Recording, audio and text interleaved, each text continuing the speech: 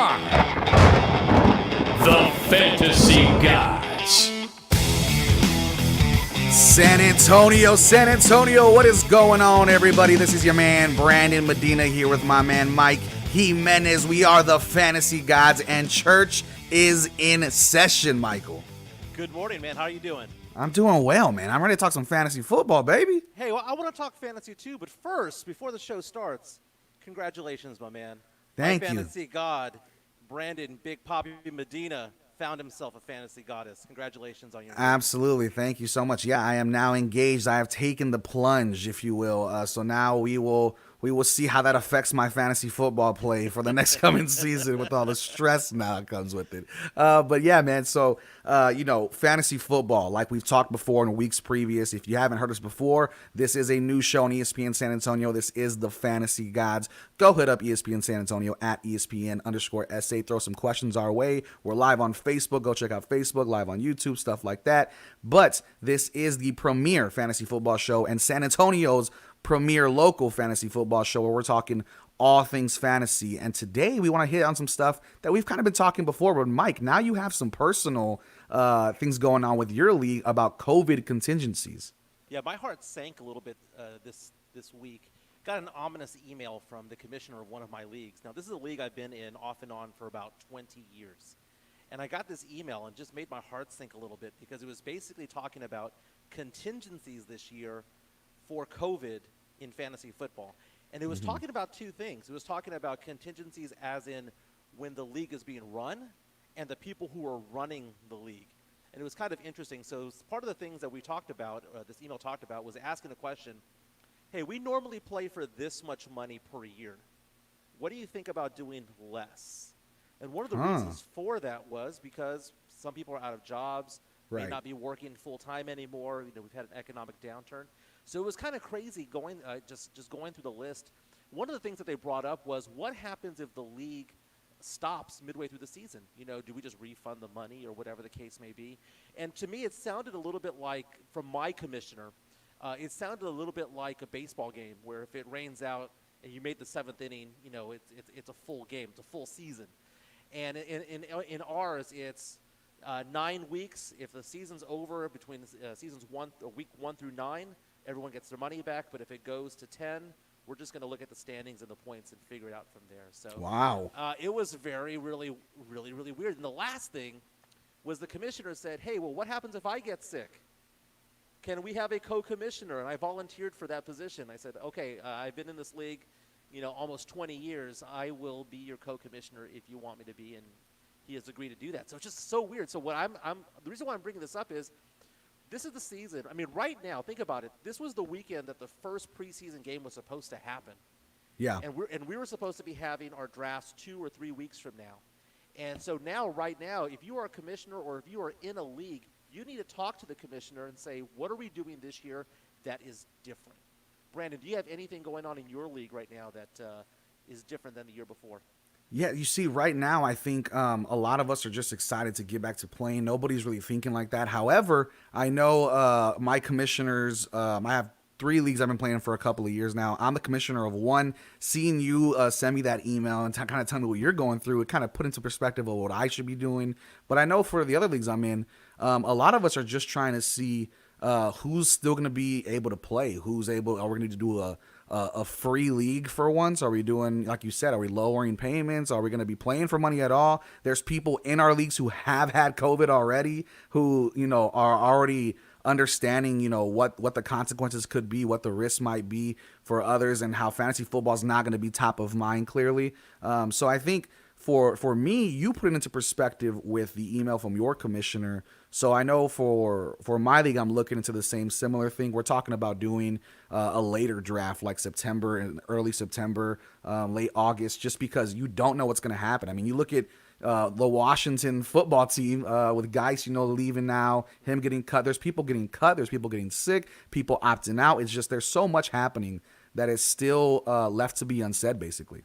Yeah, we normally have our drafts in most of my leagues the week before the season starts. And here, it looks like we're all going to be doing them the Friday or Saturday before kickoff on Sunday. Right. Because we never know what's going to happen.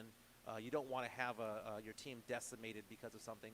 Now, don't get me wrong. I don't want this to be a downer, but the fact of the matter is we're excited about fantasy football, but we need to have contingencies in place because we can't just blindly go into a season. And unfortunately, this is a conversation that we need to have as either commissioners or as team owners in a league. And so get in touch with people this week. Ask, are you in or are you out? I think one of my leagues looks like we're collapsing from a 16-team league down to a 12-team league. Wow. Because of money issues and because of, hey, I'm having to pick up a second job because I lost hours in a first job. So things like that are happening. It's real world. We want to have fun with this season, with this league. We need to get to some sort of normalcy when it comes to things like sports and fantasy sports. But we need to be prepared for this upcoming season, unlike any season we've had before. Yeah, absolutely. And like every other season, though, that we've had before, we're talking a little bit about divisions. We're going to start focusing on divisions as the seasons start to come clear, as things start to become clear for us as fantasy players. Let's talk about the NFC East, everybody's favorite division, especially here in Texas. Let's talk about them boys. Let's talk about the Eagles, the Giants, the Skins. Let's talk about all of this happening. Well, not the Redskins, the football team, now Washington football team. Right. But with all this, let's talk about the NFC East. What are kind of your tidbits about the NFC East that fantasy football players should be taking notice of, Mike? Okay, well, first of all, if you have a player on your roster that you're starting from the Washington football team, you probably have a bad team. Yeah, okay? Absolutely. If you have two, you're not going to make the playoffs. Just call it what it is, okay? I think the most interesting team in the NFC East from a fantasy perspective has to be the Dallas Cowboys. Not because we're in Texas and a lot of people are fans here. It's just because that's the case. You know, you have a legit top 10, top 5 quarterback in Dak Prescott. You have Zeke Elliott. You have Amari Cooper. You have Jason Witten leaving. And now that you have Blake Jarwin there as a starting tight end, there's a lot of different moving parts. And I like looking at Dallas players. You can have 1, 2, 3 players from the Cowboys on your team and be very confident as an owner starting them in your league. I agree. I think the Dallas Cowboys are going to be super interesting to watch play. I think when you look at teams in the NFC East in general, I agree with you. If you have too many Redskins, at least, and that means over one, you probably are having a rough time. If you have anybody from the Giants, I'm hoping that you have some wide receivers or Evan Ingram or Saquon, because outside of that, I'm not sure I'm trusting Daniel Jones just yet. Philadelphia Eagles, though, are also an interesting team. Mike, we have a rookie wide receiver now. We have Carson Wentz, who hopefully is healthy and ready to roll. What do you think is the biggest difference? Time to drop some hot takes, Mike. Carson Wentz, Dak Prescott. Who is your go-to fantasy guy for you personally? My go-to fantasy guy is Dak Prescott. Of anybody in this division is Dak Prescott. But the thing is, number 2 is not Carson Wentz. From a fantasy perspective, it's Daniel Jones. Okay. You know, take a look at Daniel Jones' stats from last year. He had 3,000 yards passing and 24 touchdowns, rushed for almost 300. Sounds like ho-hum, but he only started 12 games last year. Yeah. So if you extrapolate that into a 16-game season, going into his second year, that's 4,000 yards and 32 touchdowns. That is not bad. That is a top 12, top 14 quarterback. And if he gets to have around 300 to 400 yards rushing, then he's going to be that type of quarterback that you're going to want to get if you don't get the top ones in the first, in rounds 3 or 4 or 5, right? Yeah, and then when you look at the NFC East as well, Amari Cooper, of course, is going to be dominating hopefully at wide receiver. But when you look at CeeDee Lamb and Rager over there in Philadelphia, is there any rookies you're trusting in this NFC East with your fantasy team? Is there anybody you're taking a flyer on maybe in that 8th round or so? The only flyer would be Rager, but I wouldn't even say 8th round. I'd say closer to 10th round. If we're going with it. The thing about Dak Prescott, though, I will give him this. We have people who debate whether he's a top 3 quarterback in the league. I mean, he very well may be the MVP this year in real life. But from a fantasy perspective, what I do like about him is that he gets junk yards. Okay, so he has 10 really good games a year. He has about 3 really bad games. And then he's got about 3 games where the stats look really good, and that's all that really matters from a fantasy perspective, okay? The thing about him, though, is he doesn't get hurt. I mean, he is always on the field. The best ability is availability, and that's what Dak Prescott has. I'm really intrigued about Zeke this year. I'm really intrigued about Blake Jarwin. And Tony Pollard, my man, I will find him somewhere in round 12 or 13. I will take a flyer on him simply because I think he's a really good player, good flex player as well. And Right. God forbid anything happens to Zeke, that's somebody that you're going to want to have. Absolutely. And Dak Prescott, number 3 overall fantasy player last year, and Ezekiel Elliott, number 18. So 2 top 20 plays right there just in the Cowboys. So definitely something to keep in mind. We have a stacked show, though, Michael. We're not only talking NFC East, we're talking our favorite one-season sleepers, the one-hit wonders, the ones that made or break your fantasy team, the ones that changed the direction of the league. And we're going through the past decades. We're going to be talking a lot about that. We're talking our top QBs, top 5 QBs, top 5 running backs, wide receivers, and tight ends. This is going to be a stacked show, Michael. We got to get going. We got to start making things happen for fantasy football. Like you said, with COVID happening, it's a very uncertain time for usually certain players that we can rely on. So with that, I guess let's get into motion. Let's start thinking about those one-season wonders. If you have somebody you want to hit on, maybe there's a player you remember that changed your complete aspect of fantasy football, hit us up at 210-656-ESPN, 210-656-3776 on the Kielbasa Bacon phone line. You don't want to miss it. Hit us up on Twitter. I am at Big Poppy Brandon M. Michael is at Ginobili Forever, the number 4. Ginobili Forever. Hit us up with your questions, fantasy insight, and we'll be right back after this. Do you ever wonder how long you could make it financially if your paycheck were to stop due to an accident or illness? Visit callclark.com, as you don't have to wonder. The loss of your income could be devastating to you and your family. You could lose your home, automobiles, and other essentials. Don't let this happen to you and your family. You can insure your paycheck for less than 2% of your income. Do yourself a favor and contact Clark Ross with Coordinated Financial Group and learn more. Go to callclark.com to learn how to protect your paycheck today. Once again, callclark.com.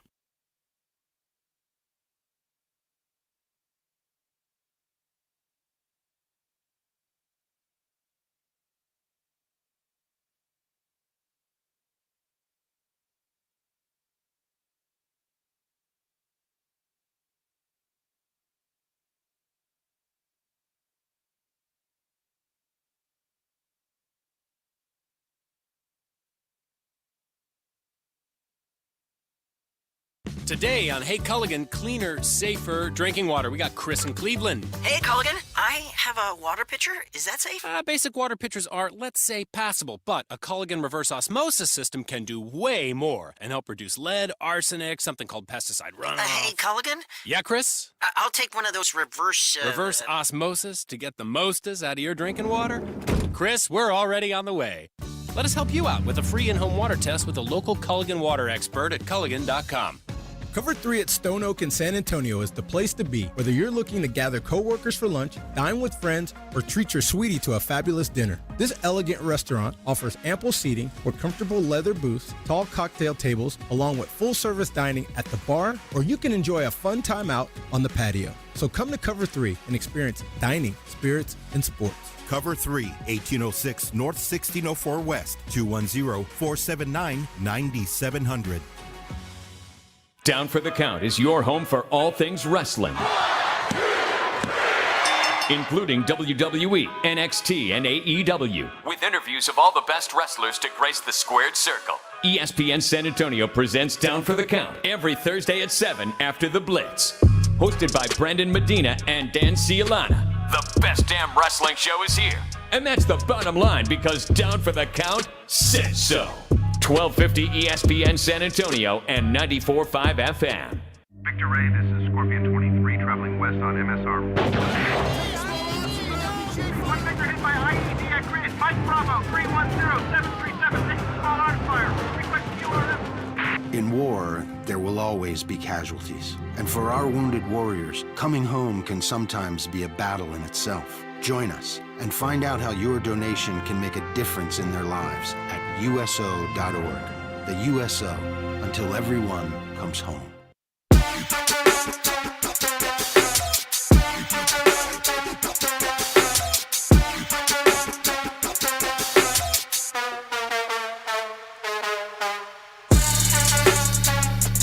San Antonio, good morning. Welcome to the Church of Fantasy. This is the Fantasy Gods. I'm Brandon Medina. That's Mike Jimenez. We are talking one-season wonders, one-hit wonders. The team that made your dreams come true usually happens to have one of these guys. The team that won that first first fantasy football championship usually happens to have one of those one season hit wonders, one of those guys you just found laying around on the waiver wire. Michael Jimenez, this is such a great topic. This truly is what creates the love of fantasy, the love of the unknown, if you will.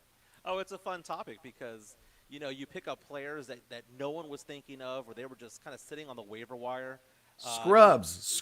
Just man, complete scrubs. And what's so funny is we bring up who our favorite ones are, and I go back in time. My favorite one doesn't mean that's the most successful, but I did have him on my team, and I think you may have had him also, is Peyton Hillis. Oh, my gosh. Oh, my God. One season wonder, Cleveland Browns. All of a sudden, he's so good that one year. He's on the Madden cover that summer after the season. It was amazing to watch him play. He had the greatest nickname, the Avalanche. Yes. Because he was big and he ran downhill. He was fantastic. But some of these one-hit wonders, though, happened because of injuries. I mean, I know back in the day when Drew Bledsoe got hurt, and all of a sudden they have this one guy, 6th-rounder from Michigan named Tom Brady, come in. And we know what happened after that. But did he have a good career? I don't remember. I'm not sure if he. Tom Brady's an interesting career, man. Because everyone always talks about Tom Brady in relation, or the Patriots in relation to the Spurs. Tom Brady, off the top of my head, what is he, 6-3 in Super Bowls? Easily could have been 8-1. Yeah. Easily could have been 2-6. Had he not gone in because of the Tuck Rule game. So imagine what his legacy would have been if he was 3-6 in the Super Bowl. As opposed to being 6-3, but there's so much that goes into the game. But I was taking a look at some of my favorite ones. RG3. Oh man! Whoa! What a season! What a blast from the past! I completely forgot about that great season, especially when that was the time when they went to the playoffs and faced a rookie Russell Wilson too. Right? It was like 2 rookie playoffs. Man, RG3, what a great season! Yeah, talk a little bit more about that one. Did you have him? Okay, I had him in my heart. Okay. Because at the time, I was a real big believer in Baylor football, right? They were so much fun to watch. And it was one of those things where at the time, people were like, oh, there's no way Baylor's going to win. There's no way Baylor's going to win. And I just remember looking at the rankings, and they're kind of making their way up. And all of a sudden, I'm like, RG3 has a really good chance of winning the Heisman. And then he did win it. And then he gets to the pros, and the same mistakes he had in college were the same things he did in the pros, which was he did not know how to slide. But he had that one season, man. He had that one season where he had, 3,200 yards and 29 touchdowns. I mean, for a rookie year, that was screaming future star. I mean, he was already a star because he was a Heisman winner and he was going to be Rookie of the Year and all things like that. But he was going to be a star, and then like that, it was over. Yeah, man. You talked about RG3. I met RG3 when I was actually a kid. So I grew up a UT fan. I went to Texas Tech though, but I went to see Baylor football play UT in Austin, and dude had wheels. It was incredible to watch. I met him after the game. He was super, super nice guy. I loved watching him play. Probably one of the more exciting individual quarterbacks, at least in my generation, to watch play. And I think he made the Redskins really fun. I remember his jersey was like selling out everywhere. So I think that's a really good one. You brought up Peyton Hillis. I had Peyton Hillis on my team. One of my first year, I think the 3rd or 2nd year of playing fantasy football. And it was incredible, man. I dominated. I took over. And I think when it comes to this topic, before we get into more of our favorite one season wonders, when is the best time to take a chance on somebody? That's the biggest question that you hear about. That's the biggest question you talk about. Because here's the thing. Every year, somebody will break out week 1 that nobody has, that is on the waiver wire. It could be multiple people. So when is that time to take that chance on a quote unquote one season wonder? It depends on how deep your league is. I mean, if the waiver wire is pretty empty, you have to take them really early. You just have to. I know last year Miles Sanders was a player that I had on both of my leagues. Did very well for me. It was an injury pickup. And that's somebody who, I mean, he wasn't the top 5 running back in the league, but he was a serviceable top 15. And sometimes that's just all you need in an injury type of situation. I remember back in the day, I used to love having Jerome Bettis on my team. He was always on my team. Two players I always had on my team, Jerome Bettis and Curtis Martin. 2 of my favorite fantasy players of all time, because I could never get LaDainian Tomlinson for some reason. I was never drafting 1 or 2. But I can always get Bettis, I can always get Curtis Martin. But 1 year, Bettis went down, and Rashard Mendenhall had a huge, huge year that year. And so, that was a pretty good one. I remember just cheering for Tebow, just having Tebow on the team for 1 or 2 weeks. You mentioned him earlier today on the phone. But it's good times, man. Yeah. Tim Tebow was one of my favorite studs, dude. Studs. 2011, Tim Tebow, dominant. I mean, the guy, I think, I was looking at his stats, and from week 7 forward in that 2011 season, he scored the 8 most fantasy points among quarterbacks. So I think in that season I had like a Phillip Rivers, and I was like, come on, I need, because again, we've talked about it in previous shows. I push quarterbacks really far into the draft. I'm all about drafting running backs, wide receivers, skill positions.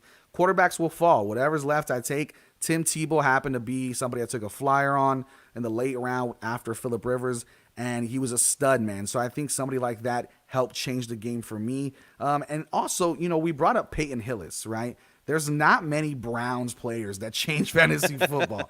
There's not many Browns players that really make you say, like, wow, what a pick that was. But I know for me, another one that was super huge in my success was in 2015 with Gary Barnidge. So I think he was dominant. He finished tight end number 4.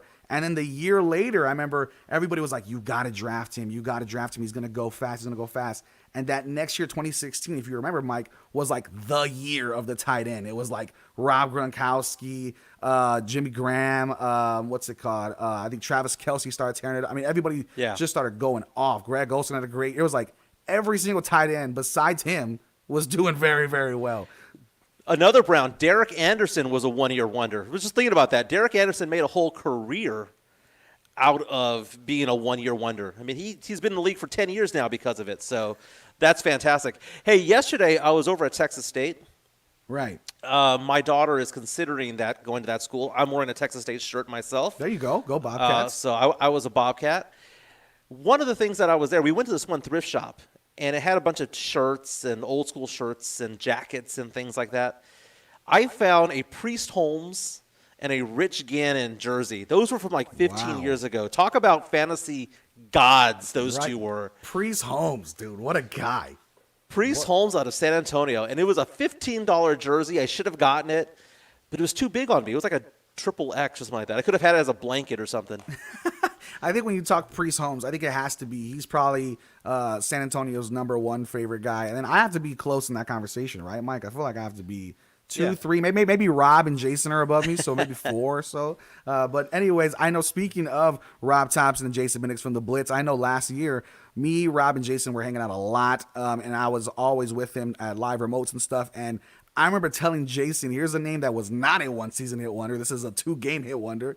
I remember telling Jason, you need to take TJ Hawkinson. Go pick him up off your waiver wire. He is dominant for the Detroit Lions. The past 3 weeks, he's killed it. I picked up TJ Hawkinson in every single one of my leagues, bro. After like week 2, I was like, I need it.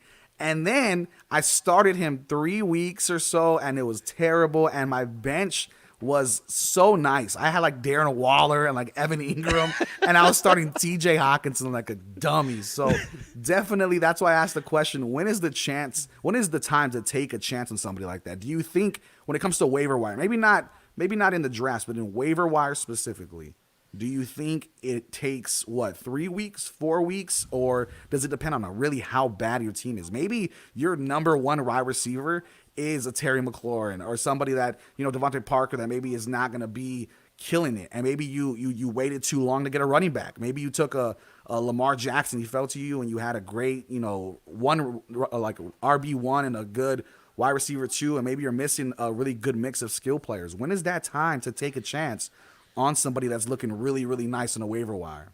I guess the big question to ask is, do you want to go to the waiver wire, or is it better to pull off a trade? Last year, I shot myself in the foot with one. I drafted in my auction league what I think was the best team. My mistake was trying to make my team more balanced. So what I did was I pulled a trade trying to get Amari Cooper. Okay, I don't like the Cowboys, but I'm bringing Amari Cooper on my team, and he right away gets hurt, and I traded Aaron Jones for him. And that was just the end of my season right there. You lose. Exactly. And what's so sad about it all is that I'm looking at the stats of my players that I traded that year.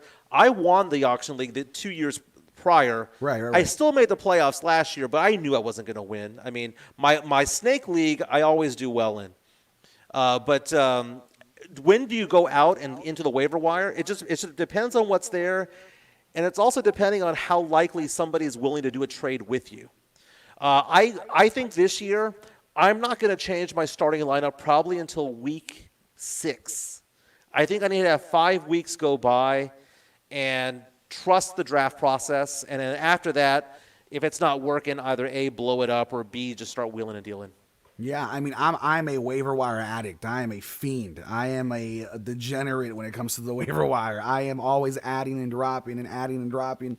So I think for me, I think week 4 is when I usually go about doing that stuff. Trades are hard to pull off. Last year, I put a trade off for Antonio Brown. That was the biggest come up ever. And so I traded Antonio Brown for like an RB2 and like a low wide receiver 3 for a flex. And I was like pulling it off after like 1 or 2 good games with Antonio Brown with the Patriots. And then we know what happened there. So clearly I'm the winner of that one. Right. But if you have any trades that maybe you guys pulled off that were absolutely incredible, or any waiver wire ads that we absolutely want to hear about, hit us up on the Kia Boss Bacon phone line at 210-656-ESPN. That's 210-656-3776. We want to hear about the success stories, the come-ups, the grails, the diamonds in the rough, because that is what makes fantasy football really all about the fun and the enjoyment that it brings to us. Isn't it, Mike? Oh, dude, fantasy football is my favorite time of the year. I'm not a big summer fan. I am waiting for this 100-degree weather to go away, but the second you feel that chill in the air, right, almost like a George Strait song, chill of an early fall. Once you hear that, you feel that, it's football season, baby. And this is when the fun times happens. This is when old friends come around. We start talking trash to each other. And I cannot wait for the season to start. I'm telling you, I feel like, in a couple of weeks, I'm going to walk out and you can feel it. It's a little brisk in the air. You can feel, you can smell the hot dogs and kielbasa sausage on the grill. You can smell the Bud Lights, the popping of tabs. You can smell all of it. So I think I'm all about it. I'm ready for it, and you need to be ready for it, because we have 2 huge segments coming up in the show. Right after the break, we're talking about the top 5 quarterbacks and running backs you need to have on your radar, as well as some sleepers who can possibly jump into that top 5. And then after that, we're talking wide receivers and tight ends, the bread and butter of your fantasy team. Those 2 positions need to be locked in and ready to go. So we will be right back. We're talking our top 5 and then sleepers and busts. You don't want to miss it. Keep it locked. 94.5 FM, 1250 AM. And as always, the fantasy gods are on the go, baby, at ESPNSA.com. San Antonio has 2 Hop Dottie locations. Hi, I'm Steve Foster. One at the Rim and the new location at the Vineyard, 1301 North Loop, 1604 West. And the initial San Antonio location at 17623 La Cantera Parkway, Suite 101 at the Rim. Different and delicious burgers with fresh and all-natural ingredients. Hop Dottie also has handcrafted milkshakes and hand-cut Kennebuck fries. So get to a Hop Dottie in San Antonio. When burger is life, life is awesome. Hey, Trey Ware here for our friends at Alamo Water Softeners. Great folks ready to take great care of you. All of the water treatment systems are built and designed here in San Antonio to address the very hard water in the San Antonio area. Alamo Water Softeners knows San Antonio has hard water, and they know how to make and design the very best quality water softeners at the very lowest prices. AlamoWaterSofteners.com. Call for a free estimate over the phone, 210-274-6122. That's 210-274-6122. ESPN San Antonio has you covered for Dallas Cowboys training camp. The Blitz, weekdays 4 to 7 with Jason and Rob. Deliver in-depth daily updates, exclusive interviews, and more. AA Best Bail Bonds presents Dallas Cowboys training camp coverage on ESPN San Antonio. Sponsored by Southern Recipe Small Batch Pork Rinds, Ewald Kubota, and Miller Lite, the only beer of the Cowboys. 1250 ESPN San Antonio, 94.5 FM, and on the go at ESPNSA.com. Could the Spurs make a major shakeup this offseason? It does help expedite the rebuild. And that is what San Antonio is in, even though we really don't want to admit it. Let's dip into the lottery, pick something up, and get back to our championship ways. But honestly, with LaMarcus and Amar, you can't build around those guys. I mean, you got to look at the younger guys and, use these 8 games to see what kind of growth you're getting out of DeJounte. And obviously, Alani Walker. 1250 ESPN San Antonio and 94.5 FM. Making people wish Marconi never invented the radio. Dan Levitard. Weekdays 9 till noon. Can we examine this? The idea that Liam Neeson, after making a big sermon of how pay should be equal, he was asked, would you take a pay cut to make that so? And his answer was a dance party no. And it was an immediate no. Yeah. And then he followed it with a bunch of little no's in the event that you didn't get his immediate no. Yes. Only on San Antonio Sports Leader. 1250 ESPN San Antonio and 94.5 FM. All day, every day. There's a resort called Give Kids the World where children with life-threatening illnesses can fill their week with pure joy. Call 800-995-KIDS or visit the Give Kids the World website at gktw.org and help give them a time to remember. Brought to you by Give Kids the World and the Ad Council. 1250 ESPN San Antonio and 94.5 FM. All day, every day.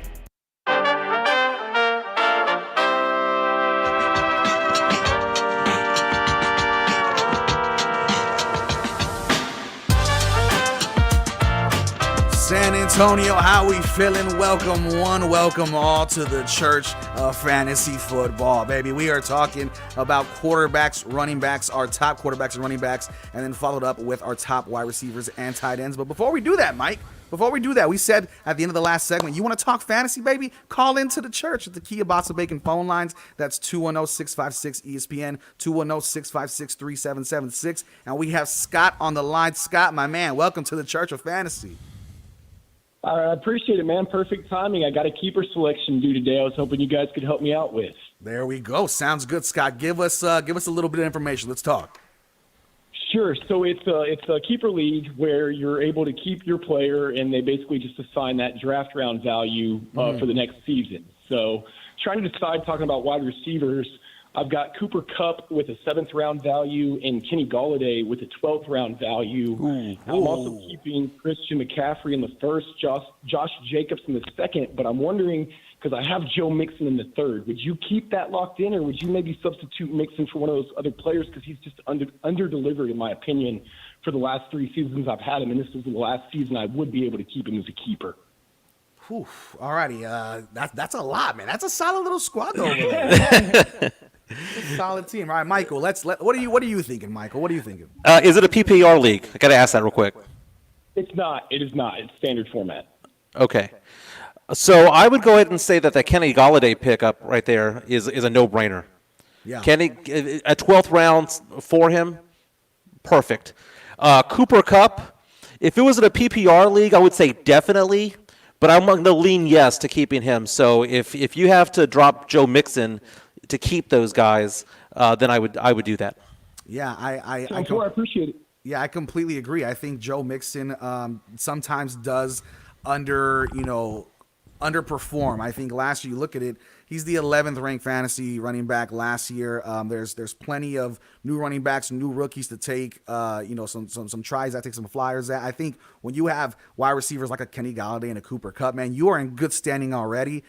So I think Joe Mixon is definitely going to be the guy you should look to drop. But also before you do that, look at replacements. Look at maybe where things are falling. Look at average draft projections to make sure your team's in the best standing as well.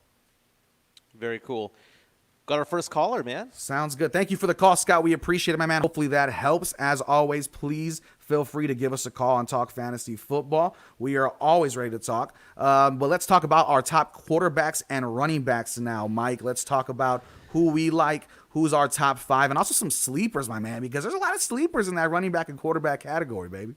Okay, so the quarterback category is interesting because we've talked earlier about Dak Prescott, both on the air and off the air. We've talked about him, right? Last year, one of the top 3 quarterbacks in fantasy. We have, almost 5,000 yards passing. Mm-hmm. He is a fantasy stud. He really is. But I don't have him in my top 5 this year. Whoa, hot takes, hot takes. It is hotter than outside in the sun right now. This is Texas, baby.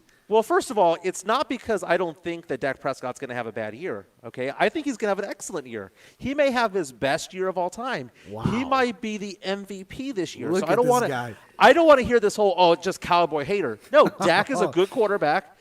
He's going to earn his money. He's going to get that big contract eventually. But on a fantasy level, I think people are going to leapfrog him a little bit when it comes to matters of stats. That's just basically it, right? So number one, and probably my number one player in the entire league, is Lamar Jackson. Right. Fair enough. Lamar Jackson. There are two players in fantasy football where you get two players in one, right? It's Lamar Jackson and Christian McCaffrey. Because with McCaffrey, you get running back stats and the receiver stats almost like a top receiver and a top running back. And you get that with Lamar, top quarterback with the top running back stats behind it, right? I look behind it, number two, Patrick Mahomes. The thing about Mahomes is that last year he was hurt. He had an ankle injury for the first 4 or 5 games of the season. He played well, but he wasn't his normal godly self like he was the year before, where he had 5,000 yards and 50 touchdowns, right? But I think he's going to be closer to that 5,050 marker than what he was last year, which was still pretty good. Now, 3 and 4, I think, are kind of going to leapfrog a little bit. I have Kyler Murray at 3. Okay.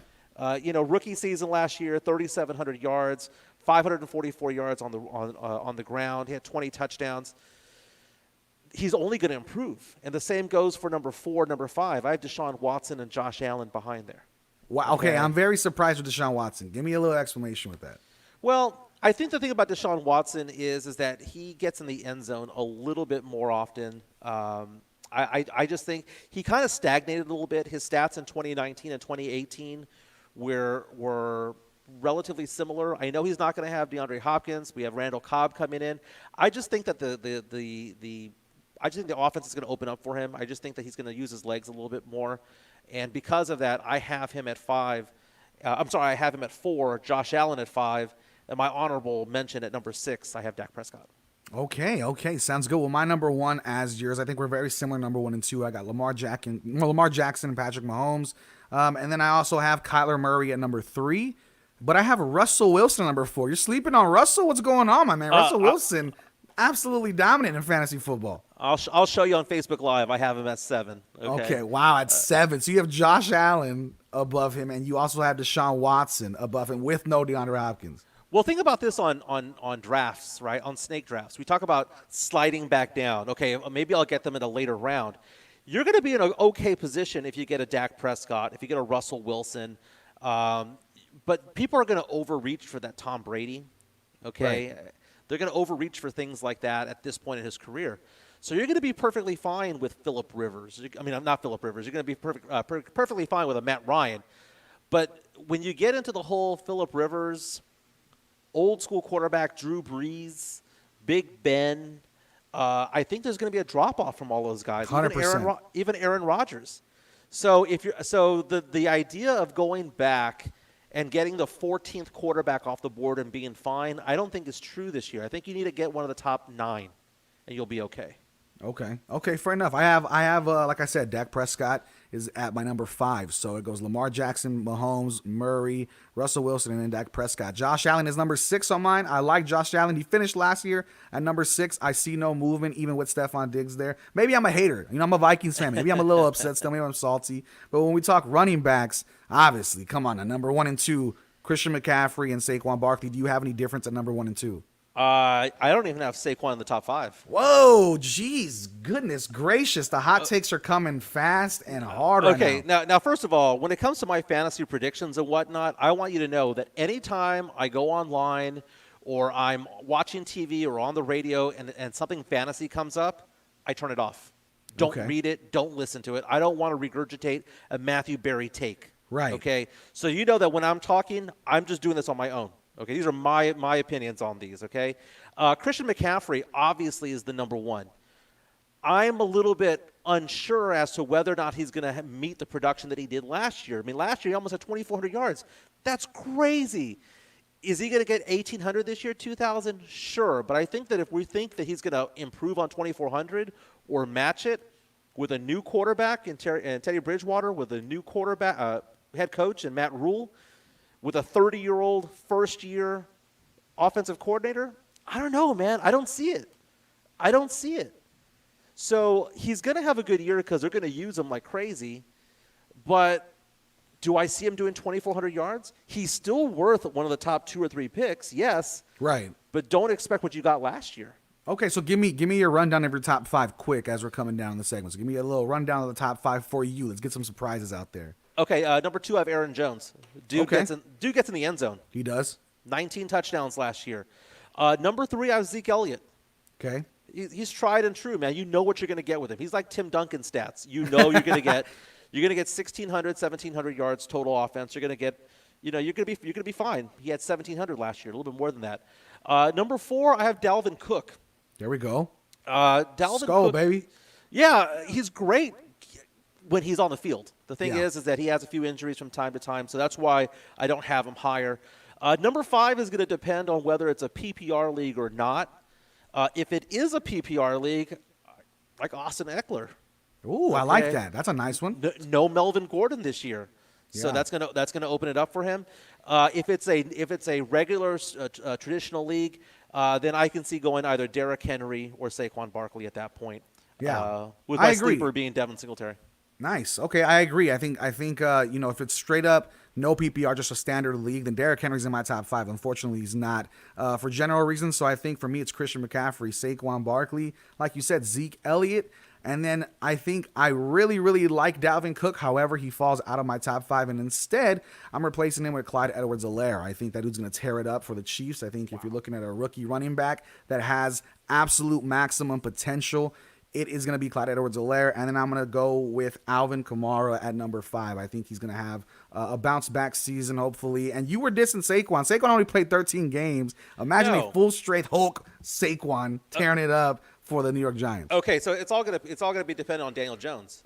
Okay, because if Daniel Jones can open it up and keep them honest, right? Because Darius Slayton, Golden Tate as the receivers, they're fine. But you need to have it open up a little bit better. I like Daniel Jones. So, yeah, I wouldn't be surprised if Saquon goes back into the top 5. I just have him kind of borderline top 5, 5 or 6. This is going to be a fun year. I think there's a lot more running backs to go around this year than in years past. The Devin Singletaries, the Raheem Mosterts, and things like that. There's a lot out there.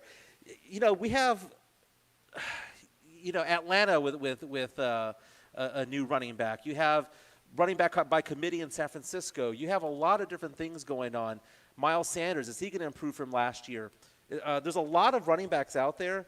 I think the drop-off, though, you're going to get this year is probably going to be in wide receivers. That's right, and that's what we're talking next. So wide receivers and tight ends coming up, our top 5s as well as sleepers. We're coming in with the hot takes, baby, only on ESPN San Antonio, 94.5 FM, 1250 AM, and on the go at ESPNSA.com. Moonshine Patio Bar and Grill serves great cooking with an innovative take on classic American comfort food. For over 10 years now, Chuck and Larry have delighted appetites and presented one of the best Sunday brunches ever at 303 Red River in Austin. Go by and enjoy some corn dog shrimp, cornflake chicken salad, broiled rainbow trout, and all my favorites and more. Moonshine classic American comfort food. And of course, when you see Chuck and Larry, tell them Foss said hello. Moonshine Patio Bar and Grill. Today on Hey Culligan, cleaner, safer drinking water. We got Chris in Cleveland. Hey, Culligan, I have a water pitcher. Is that safe? Basic water pitchers are, let's say, passable, but a Culligan reverse osmosis system can do way more and help reduce lead, arsenic, something called pesticide runoff. Hey, Culligan? Yeah, Chris? I'll take one of those reverse osmosis to get the mostest out of your drinking water? Chris, we're already on the way. Let us help you out with a free in-home water test with a local Culligan water expert at Culligan.com. Don't be afraid to do it. Phrasing? Thousands of people do it.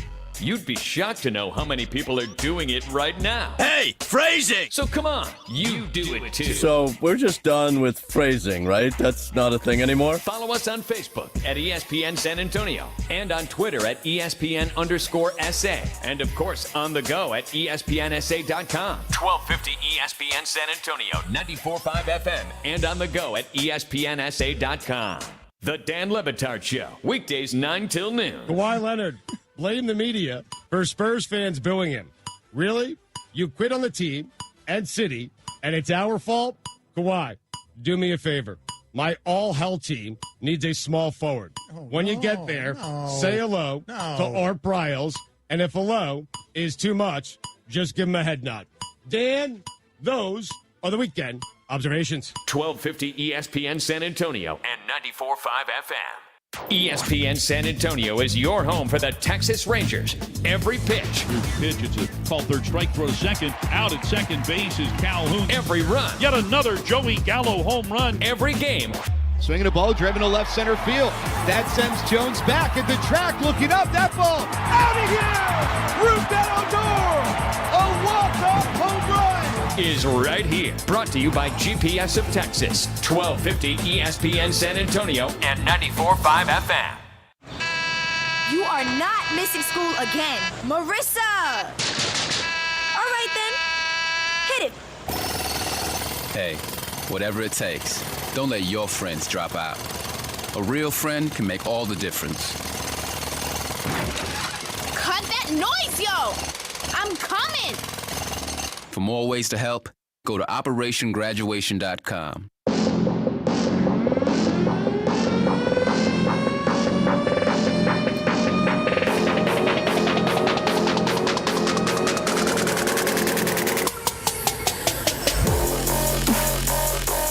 San Antonio, how we feeling? I hope we're feeling good. It is a beautiful Sunday. We are talking fantasy football, and you are live with the Fantasy Gods. I'm Brandon Medina. That's Mikey Menace. Go follow us at Big Poppy Brandon M, and then Mike is at Ginobili Forever, and ESPN San Antonio as always at ESPN_SA. We're talking our favorite wide receivers and tight ends. These positions right here, Mike, is what wins championships, and this is where you can find the diamonds in the rough in those later rounds in the waiver wire.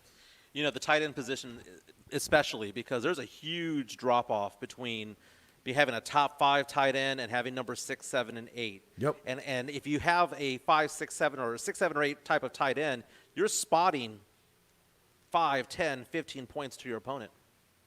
So let's talk with tight ends first, because wide receiver is going to get hot. It's going to be crazy. Yeah. So let's talk with tight ends first now, Mike. Who do you have at your top 5 tight ends, and maybe a sleeper tight end that can make it into that top 5? Well, here's the thing. You know, for tight ends for the last few years, it's all a bit about Travis Kelce. It's about George Kittle. And don't get me wrong, they're still in the top 5. But my number 1 this year is Darren Waller. That's what I'm talking about, baby. Yeah, I mean, 90 receptions, 1,100 yards last year. He didn't get in the end zone very much, but this year, we add that, he's going to be a stud, a fantasy god, if you will. I have Travis Kelce 2. Mark Andrews is 3. Man, the Ravens use him so well. Yep. And so he had 10 touchdowns last year. That's a big, big leap from the year before. Got George Kittle at 4, and I've got Austin Hooper at 5. And my potential sleeper, I guess you can say, is actually 2, both NFC East, Dallas Goedert and Blake Jarwin. Nice. I mean, think about it. You know, Jason Witten's not here anymore for the Cowboys. If you add his stats to Blake Jarwin's last year, you'd have over 900 yards receiving. You'd have 9 touchdowns combined. So if Jarwin is going to be getting the majority of those, he will be a top 10 tight end easily. I completely agree. I think that's a nice little sleeper. I have Travis Kelce at 1, but I also have Darren Waller at 2. So me and you kind of sharing a little bit of the same mind, buddy. So I have Darren Waller at 2. I have definitely Mark Andrews at 3. And then 4 and 5 get a little wishy-washy. I love George Kittle. He possibly could be in that 2 or 1 spot. So I have George Kittle. And then I really like Zach Ertz, man. I really do. But I also want to trust in maybe a Hunter Henry bounce back or a Jared Cook continuation, something of that. So I'm going to say that number 5 just to be safe. I'll say Jared Cook. But I think, you know, you spoke on a bunch of upcoming, maybe some possible sleeper guys. One person that keeps popping up, not only the year past, but this year too, is Mike Gesicki from Miami. He was supposed to be poised for this huge season. I took him in, I think, 1 or 2 leagues to take a flyer on. I really did not get much out of him in those leagues. I had taken also an Evan Ingram, who I think could be in the top 5 too. But Mike Gesicki is somebody that you might want to keep on the radar. I don't think he's going to go anywhere high. I'm not sure what his ADP is right now, but I know last year he finished number 10 in fantasy football for tight ends. The tight end position, like you said, it is a huge drop off, and it's not even from the top 5 and on. It can be from the top 3, the top 4 and on. I mean, the tight end position really depends on the year. And it depends where things go. I think the biggest one to stay away from for me that I definitely don't want to touch yet because I have no idea what we're going to see is, unfortunately, Mr. Rob Gronkowski. What do you think about him coming back into the tight end play? Yeah, I don't trust him at all. Don't trust him at all. The guy's always hurt, and he hasn't played in forever.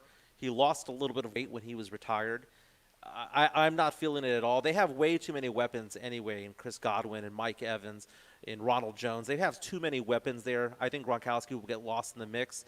He'll probably get hurt again. He always gets hurt. And injuries are going to be one of those things where you can have somebody just fall off the face of the earth. Look at Philadelphia. They have a two-headed monster at tight end with Dallas Goedert and Zach Ertz. Zach Ertz would be my one that could probably fall off the face of the earth as a tight end simply because he has some injury issues, and they already have a really good backup behind him. Right. I wouldn't spend my time with Jason Witten either.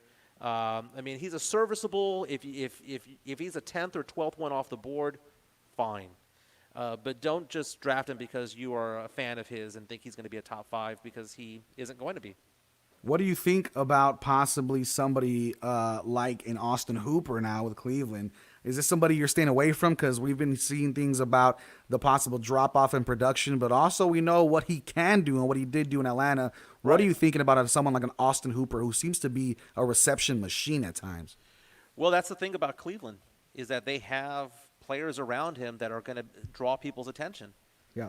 They have, awesome running backs. They have, ODB. They've got all sorts of people out there who are going to draw attention. So can he run up the middle and that's going to be that interesting wrinkle there for Baker Mayfield. Is Baker Mayfield finally has somebody to run that little 8-yard pattern that he may not have had in the past. Right. So, and that might be one of the reasons why Baker keeps his job and has a little bit of a breakout season is because he has that one extra weapon. Man, that tight end is a safety blanket for so many players. So many good quarterbacks have that safety blanket. I mean, Brady had that with Gronk. Back in the day, Novacek was Troy Aikman's. There is just something about having that go-to person for when all things are failing, he's going to go up there and get it. Absolutely. And then we have the exciting playmakers, the wide receivers, Mike. Let's run through quickly your top 5 and a sleeper pick or two.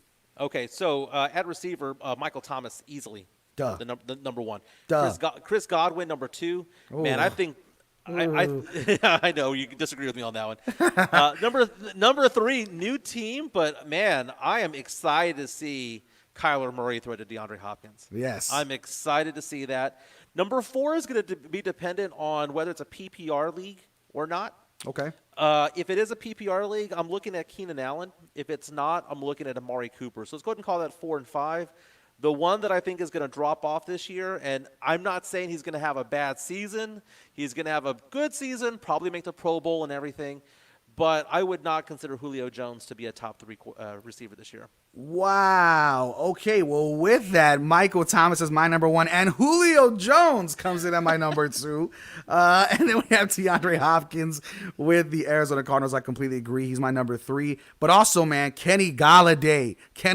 Our man Scott called in with it. That man is going to be an absolute force to be reckoned with. So I have him at number 4. And then when you look at number 5, right, do you trust the consistency of somebody like a Devontae Adams? Do you trust somebody like a Cooper Kupp, stuff like that? For me, instead of Chris Godwin, I'm trusting Mike Evans. I think Mike Evans is the more seasoned vet to really dominate over there. I think there's going to be a lot of places the ball's going, though. They have great running backs now with Shady McCoy and a bunch of Ronald Jones, stuff like that. You have Rob Gronkowski, who's going to get touches and receptions.